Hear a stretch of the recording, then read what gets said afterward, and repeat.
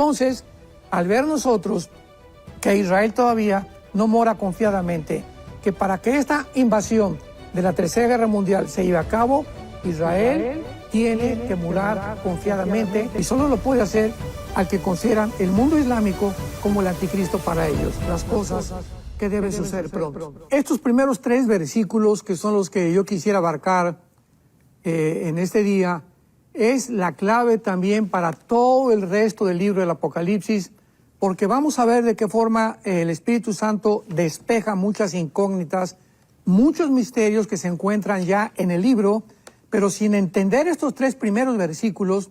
Por eso le quise nombrar la revelación de Jesucristo, porque los primeros 3 versículos nos dan la clave de todo el libro. Y dice así: la revelación de Jesucristo que Dios le dio para manifestar a sus siervos las cosas que deben suceder pronto, y la declaró enviándola por medio de su ángel a su siervo Juan, que ha dado testimonio de la palabra de Dios, del testimonio de Jesucristo, de las cosas que ha visto. Bienaventurado el que lee y los que oyen las palabras de esta profecía y guardan las cosas que en ella está escrita, porque el tiempo está cerca. Bueno, podemos comenzar rápidamente con la etimología o el significado de la palabra apocalipto, que es la palabra griega que se tradujo revelación. En las Biblias en inglés así se encuentra la traducción The Revelation of Jesus Christ, y aquí se tradujo en el español la revelación. ¿Por qué? Porque la palabra apocalipto es una palabra que significa varias cosas. En los tiempos de Grecia, antes del Imperio Romano, cuando un escultor hacía una gran estatua, o cuando un pintor hacía un gran cuadro, pues se guardaba para inaugurar este día y darle un aspecto especial a ese cuadro o a esa estatua, pero las cubrían con una manta. Entonces se reunía la gente, invitaban a príncipes, invitaban a la realeza de diferentes naciones a que los acompañaran, y en ese momento quitaban la cortina o la manta que cubría tanto la estatua como la pintura, y este hecho de descubrir la cortina es la palabra apocalipto, que significa literalmente correr el velo o descubrir la cortina. Entonces dice la Biblia que esta revelación es que Dios le da a su Hijo Jesucristo el poder de que Él, Jesucristo, nos corra la cortina para que nosotros, sus siervos, esto es muy importante, porque el libro de Apocalipsis, como todas las Sagradas Escrituras, los 66 libros de la Biblia, están escondidos. Es un misterio para la mente natural, para la mente que no tiene la iluminación del Espíritu Santo. Entonces una mente puede ser muy intelectual, tú puedes ser muy inteligente, tener 4 o 5 doctorados en doctrinas políticas, en filosofía y letras, y venir a la Biblia y no entenderla, y por eso se le hace locura a los ateos y a la mayor parte de la gente, porque no la pueden entender. Es una revelación a los siervos, a los que seguimos a Jesús. Es un privilegio que Dios nos da. Entonces, se nos corre la cortina para asomarnos hacia el futuro. Y es muy importante, como lo vamos a ver más adelante, por qué Dios está tan interesado en que nosotros conozcamos, como dice la Biblia, las cosas que deben suceder pronto. En el versículo 3, porque el tiempo está cerca. ¿Cuál es la característica principal en los atributos divinos para que Dios esté interesado en que nosotros conozcamos qué va a suceder? La tempestad que se viene sobre el mundo, la tormenta que está ya por venir, ya comenzó el aguacero, viene una tormenta sobre el mundo inimaginable, en la que el mundo va a ser sorprendido como en los tiempos de Noé. Noé predicó casi 120 años, va a llover, arrepiéntanse, y la gente burlándose. Actualmente encontramos tantas burlas. ¿Cómo es posible que prediquen del rapto que ni existe en la iglesia, que ni existe en la Biblia? Es una doctrina que fue inventada hace 2 siglos por John Darby. Tantas barbaridades que se están usando para poder atacar la escatología y el futuro, precisamente porque esconde el misterio que Satanás no le conviene que nosotros como iglesia lo podamos conocer. Entonces, por eso comienza la Biblia el descubrimiento que Jesucristo nos da para manifestar a nosotros los siervos las cosas que deben suceder pronto. Y aquí vamos a encontrar en primer lugar la respuesta, la quiero dar muy breve. ¿Por qué Dios quiere que nosotros conozcamos el futuro? ¿Por qué durante los últimos 20, 30 años no se ha predicado el Apocalipsis? Muy raras veces, ya la profecía está completamente olvidada, ¿verdad? Ya no hay nada de interés en cuanto a qué está pasando, pero ahora que comienza a arder el Medio Oriente y ahora que Rusia invade Ucrania, como que todos los cristianos volvemos otra vez, ahora sí, ¿qué dice la Biblia? Ahora sí estamos interesados, ¿verdad? Pero es que debemos siempre estar interesados porque Dios no quiere sorprendernos ni que como un ladrón en la noche sucedan estas cosas en nuestra vida. En primer lugar, ¿por qué quiere Dios revelarnos el futuro? Yo pienso que en primer lugar, para que nos preparemos para recibirle. Dice en Lucas capítulo 21, versículo 34, mirad también por ustedes mismos. Vean la advertencia de Dios para el futuro, que nuestros corazones no se carguen de glotonería y embriaguez y de los afanes de la vida, y venga de repente sobre vosotros aquel día. Ese día que está mencionando el evangelista Lucas, ¿a qué día se refiere? Pues se refiere, ¿verdad?, a la tempestad que se viene sobre el mundo. Y Dios no quiere que nosotros permanezcamos ignorantes y que caiga sobre el mundo y de repente nosotros nos preguntemos qué está pasando. No, tenemos que saber qué va a pasar para tener paz. Pero dice el versículo 35, como un lazo vendrá sobre todos los que habitan sobre la faz de la tierra. Velad pues en todo tiempo, escuchemos esto, orando, para que seamos tenidos por dignos, para que podamos ser considerados dignos de escapar de todas estas cosas que vendrán, por el amor de Dios. ¿De qué cosas quiere Dios que escapemos? Pues de la tribulación. Entonces, no todos van a escapar, ¿verdad?, en el arrebatamiento de la iglesia, sino que Dios quiere que nosotros estemos conscientes de que va a ser aquellos que están velando, aquellos que no se han enfrascado en los negocios de la vida y en los afanes de la vida y en la angustia y en el estrés y hacer dinero y obtener un lugar público, ser famoso, tener fama, etcétera, etcétera. Todos estos enemigos entran y ahogan la semilla de Dios. Entonces, esta es la primera cosa que Dios quiere que nosotros sepamos, por qué quiere que nosotros conozcamos el futuro. En segundo lugar, para motivarnos a ganar almas. Dice en 2 Pedro 3:9, claro, porque Dios no quiere que nadie se pierda, sino que todos procedan al arrepentimiento. Entonces, Dios quiere, ¿verdad?, que esto nos motive al ver todo lo que está pasando, como lo vamos a ver más adelante, que nos encontramos ya a través de las señales que son ya impresionantemente evidentes, que ya cautivan nuestra alma y nuestro corazón y nos hacen discernir que ya nos encontramos realmente, tal vez en la última generación de la historia, ganar las almas. Porque este es el corazón de Dios. De tal manera amó Dios al mundo, para que tú que estás escuchando no te pierdas, mas que tengas la vida eterna. Dios quiere que conozcas quién es Dios, que existe, que es real, que la vida fue manifestada y que es el testimonio que nosotros damos. Entonces tenemos que movernos al saber que está comenzando a llover ya en el mundo, a ganar las almas. En tercer lugar, para que recordemos que somos extranjeros y peregrinos en el mundo. Dice en Hebreos 11:13, porque todos estos testigos que menciona Hebreos 11 murieron sin haber recibido lo prometido, sino creyéndolo, mirándolo de lejos y confesando que eran extranjeros y peregrinos en la tierra. Porque si hubieran considerado que podían regresar a su tierra de donde salieron, hubieran tenido tiempo, pero salieron porque sabían que Dios tenía una ciudad mucho mejor para ellos, una ciudad completamente construida por Dios. Así que Dios quiere que entendamos, vamos de paso por el mundo, santos de Dios. No podemos aferrarnos a ningún pedazo de tierra, a ninguna propiedad, a nada, porque este mundo va a pasar y sus deseos, pero el que hace la voluntad de Dios va a permanecer para siempre. Y finalmente, para que, lo más importante, mientras van aconteciendo todos estos eventos, mientras va sucediendo lo que estamos viendo, ya Israel en pies de guerra, un ataque contra los grupos terroristas, Rusia no se va a quedar con los brazos cruzados, va a ayudar a Irán, de alguna manera va a explotar una guerra que no es la tercera guerra mundial. Vuelvo a enfatizar esto, vienen 2 o 3 guerras antes de que venga la tercera guerra mundial, en la cual no vamos a estar nosotros.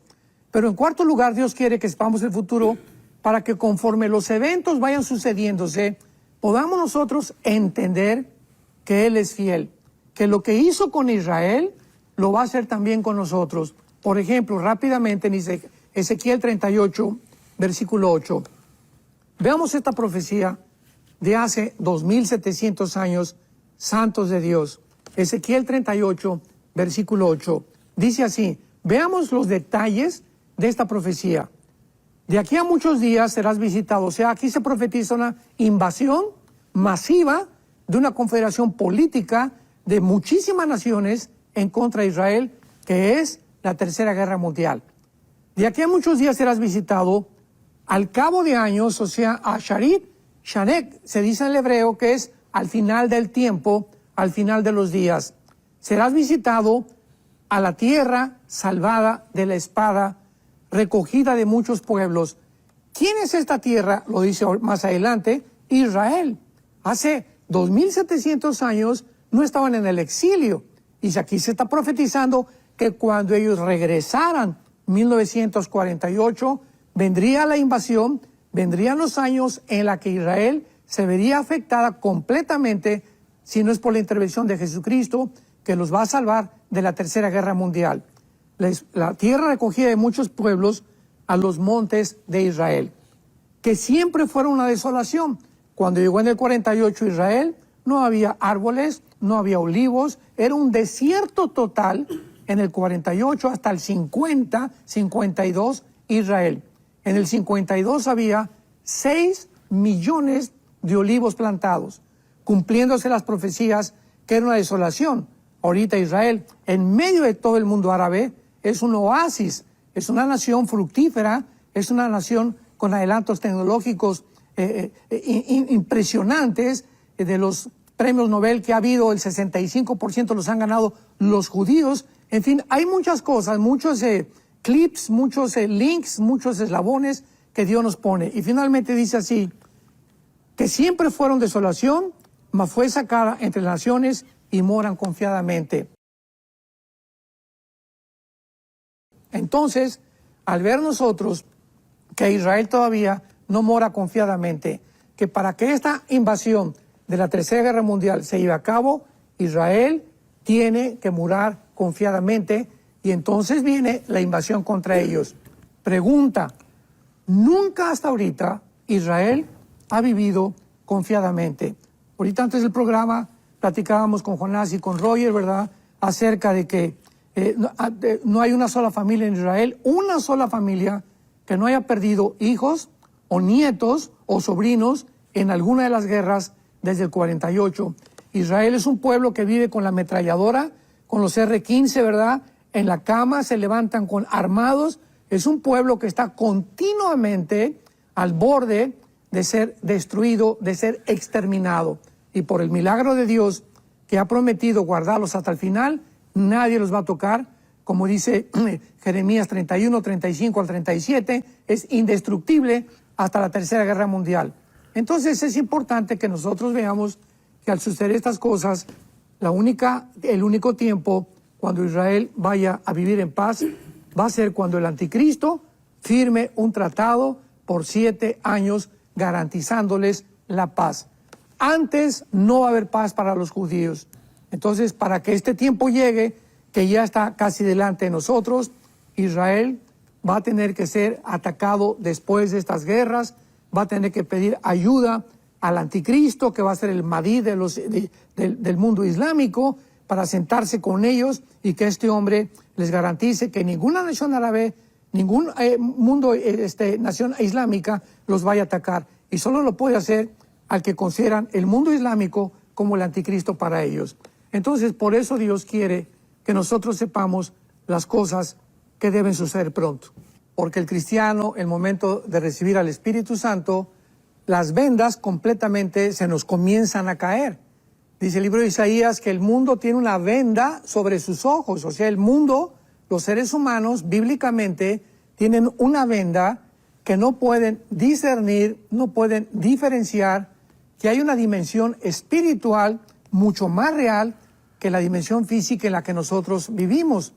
Y cuando las vendas se nos caen por primera vez en lo que se llama el nuevo nacimiento o la regeneración del Espíritu Santo, después de que hemos creído lo que Jesús hizo en la cruz en nuestro lugar, el Espíritu Santo nos comienza de una forma progresiva a quitarnos la cortina para que comencemos a ver la A, la B, la C, como cualquier niño aprendiendo, y como niños recién nacidos que deseemos la leche espiritual, que deseemos conocer a Dios, que deseemos estudiar la Biblia, que deseemos ir a los estudios bíblicos, que oigamos el domingo al pastor que predica con atención, que llevemos nuestra Biblia el domingo, porque ya los cristianos ni el domingo llevan la Biblia ya a la iglesia. Esto es una tragedia, es una barbaridad esto.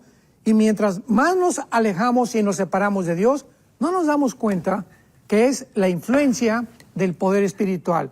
Así como Satanás quiso separar a Israel de su tierra, separarlos de su lenguaje, separarlos de sus tradiciones, separarlos de su religión, lo mismo está haciendo con nosotros, con la iglesia. La estrategia principal de Satanás es tratar de separarnos de Dios, que no tengamos diario un devocional con Cristo, que no tengamos contacto diario con la Biblia, que no tengamos contacto diario en oración con Dios para platicar, que no tengamos contacto con nuestros hermanos cristianos.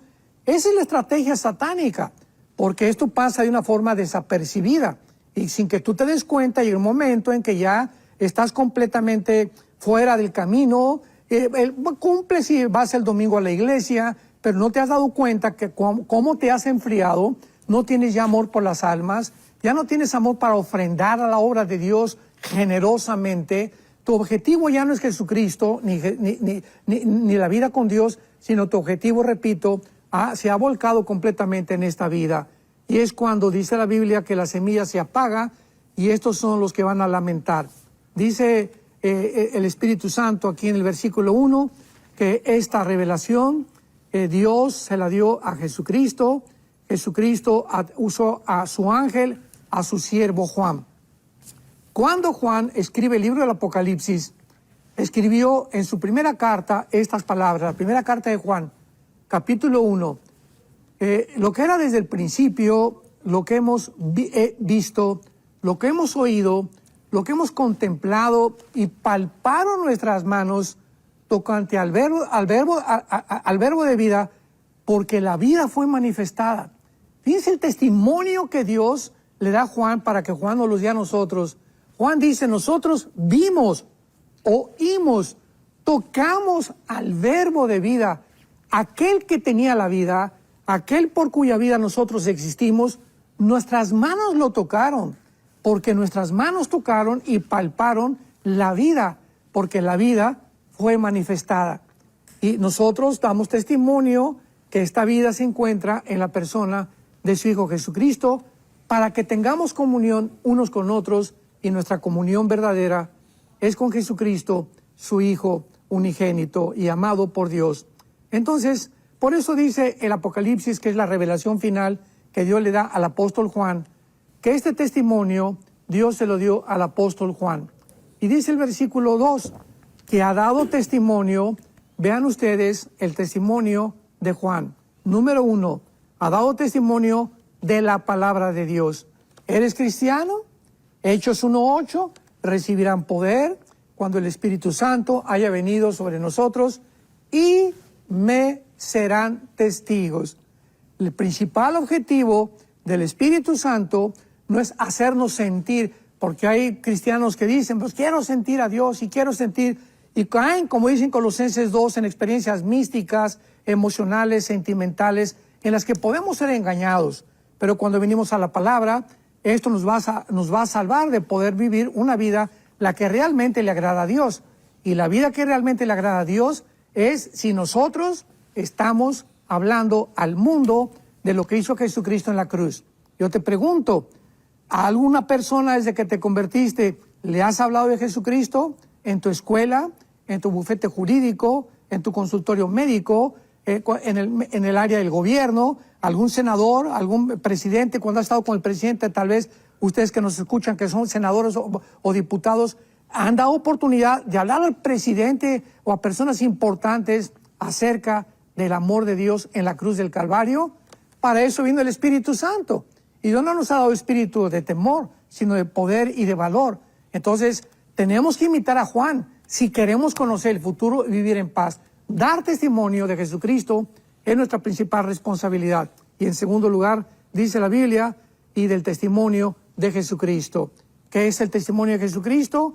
Que Dios fue crucificado, fue enterrado y fue resucitado a los 3 días. El mundo no lo sabe y nosotros somos los atalayas, somos los heraldos, somos los predicadores, los que debemos de proclamar este glorioso evangelio de la gracia de Dios, que Jesucristo fue crucificado, enterrado y resucitado a los 3 días. Y este mensaje el mundo lo tiene que escuchar. ¿Cómo lo va a escuchar si no es a través de nosotros? Dice Romanos capítulo 10, pero ¿cómo van a escuchar si no hay quien les predique? ¿Y cómo van a predicar si no hay quien los mande? Y si no hay quien los mande, entonces ¿cómo se puede oír? Gracias a Dios, una televisora como en Enlace, que está alcanzando a millones de personas, es el medio más idóneo para que tú puedas invertir en esta televisora. ¿Por qué? Porque estamos dando a conocer lo que hizo Jesucristo en la cruz del Calvario. Otras televisoras son telenovelas y chispirito y babosadas, ¿verdad? Que está llena la televisión de tantas barbaridades. ¿Cuántas televisoras hispanas existen? Las cuentas con los dedos de la mano. Entonces aprovechemos esto de que podemos obtener esta televisora para dar testimonio de que Jesucristo, el Hijo de Dios, fue muerto, crucificado, resucitado y viene pronto por nosotros. Y dice el apóstol Juan, y de todas las cosas que ha visto, que fue lo que contamos en su primera carta. Ellos vieron a Jesús, tocaron a Jesús, oyeron a Jesús, caminaron con Jesús, desayunaron con Jesús, comieron, cenaron con Jesús. Y al final Juan fue el único apóstol en la cruz, con la mamá de Jesús, María Magdalena y otras mujeres, el único que estuvo al pie de la cruz escuchando todo lo que Cristo dijo en sus últimas 7 palabras. Así que esto es maravilloso, que podamos nosotros experimentar realmente lo que es la vida cristiana. Finalmente podemos nosotros concluir. El versículo 3, hay una bienaventuranza, que son muy pocas, desde el Sermón del Monte, Mateo 24, Marcos 13, Lucas 21, bienaventurados los pobres en espíritu, bienaventurados los que sufren, serán consolados, etcétera, etcétera. Hasta ahorita en el Nuevo Testamento, porque eso perteneció al Antiguo Testamento, los Evangelios, encontramos una bienaventuranza. Es tan importante que nosotros entendamos que Dios quiere que conozcamos el futuro, que hasta Dios nos promete una bendición especial, específica a los que oyen y leen el libro del Apocalipsis. Bienaventurado, y esta palabra es la palabra griega Makarios, con K, de kilo, Makarios, que significa dichoso o feliz. Vamos a traducirlo, dichosos y felices los que leen y los que oyen las palabras de esta profecía y guardan las cosas escritas, porque el tiempo está cerca. ¿Por qué Dios nos da esta bienaventuranza, esta bendición tan grande, que dice que el Espíritu Santo va a producir entre nosotros un gozo cuando sepamos el futuro y estemos seguros que todo lo que viene ya fue escrito, por lo cual estamos seguros en la mano de Dios? En primer lugar, porque este gozo que nos va a producir es que vamos a saber que pronto todo va a terminar. Dice la Biblia, porque el tiempo está cerca. Amados santos de Dios, nuestra vida es de que 70, 80, 85 años, dice el Salmo 90, los más robustos, los más fuertes, todo va a terminar. Nuestra vida pasa como una niebla, dice Santiago 4, que desaparece, aparece y desaparece por un momento. Tenemos una sola vida. Ahorita tú que me estás escuchando, tienes que tener la conciencia de que esta respiración que tienes y que hemos amanecido tiene un propósito principal. No es hacer dinero, no es hacer negocios, es busquemos la manera hoy a quién hablarle de Jesucristo, a quién compartir, a la mesera, a la que vende las tortillas, al elevadorista en el hotel, a la persona que te atendió en el aeropuerto, si tienes una oportunidad, a la persona que está contigo en el avión, junto en el autobús. No desperdiciemos ninguna oportunidad, como dice 2 de Timoteo 4, prediquemos el Evangelio a tiempo y fuera de tiempo. No hay un tiempo especial, es todo el tiempo que podamos, hablemos de Cristo. Entonces, por eso es la bienaventurada, porque sabemos que el tiempo está corto. Dice Tito 2, 11 al 13, aguardando la bienaventurada esperanza y manifestación gloriosa de nuestro Señor Jesucristo. El tiempo está cerca. Esto fue escrito hace 2000 años. Me podrás preguntar, ¿cómo que el tiempo está cerca si han pasado 2000 años? Porque el tiempo está cerca para ti y para mí en el día de nuestra muerte. Entonces Dios considera eso. A cada ser humano que ha nacido hace 2000 años, el tiempo se nos acaba. 70 llegaron unos, 80 unos. Ahorita el expresidente, acabo de leer, Jimmy Carter, celebra 100 años de su cumpleaños, que son garbanzos de la libra, ¿verdad? El predicador Billy Graham, también del siglo pasado, casi llegó a los 100 años de edad. Son muy pocas las personas, pero tú y yo no sabemos qué tiempo vamos a tener. Por eso el tiempo está cerca, porque el tiempo está cerca de nuestra muerte. Entonces tenemos que conocer, antes de que Dios nos llame a casa, el glorioso Evangelio de Cristo, y porque conociendo el futuro, pues nos libra de temor, de la ansiedad, del estrés, de la depresión, sabiendo que Dios está al control de todas las cosas. ¿Quién nos separará, dice Romanos 8, del amor de Cristo? ¿Quién podrá condenarnos cuando hemos sido justificados por su sangre? Ni los ángeles, ni los demonios, ni lo porvenir, ni nada, ni nadie, ni enfermedad nos podrá separar jamás del amor de Dios que es en Cristo Jesús. ¿Por qué estamos tan seguros de esto? Porque Él murió en la cruz y porque nos está mostrando lo que va a suceder, para que cuando suceda nos acordemos que Él nos lo reveló con mucha anticipación.